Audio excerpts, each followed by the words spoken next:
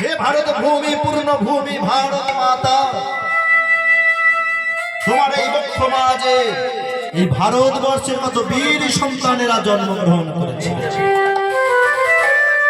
যাদের রক্তে আজ এই ভারতবর্ষের নাম স্বর্ণাক্ষরে এই পৃথিবীর সর্বমুকুট তারা ধারণ করেছে। এদেশ সকল দেশের সেরাময় ভারতবর্ষ।